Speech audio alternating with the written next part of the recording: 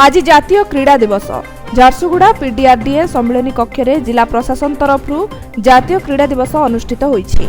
जिले में किभली क्रीड़ा एवं खेलाड़ी मानकर सुरक्षा और विकास हेब से विषय उपरे अतिथि माने निज अभिभाषण में कहिसेंति।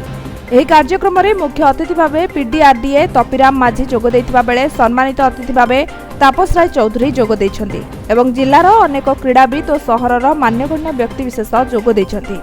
यह सहित प्रधानमंत्री सुस्थ भारत अभियान लाइव टेलीकास्टिंग लॉन्चिंग कार्यक्रम मध्य रही।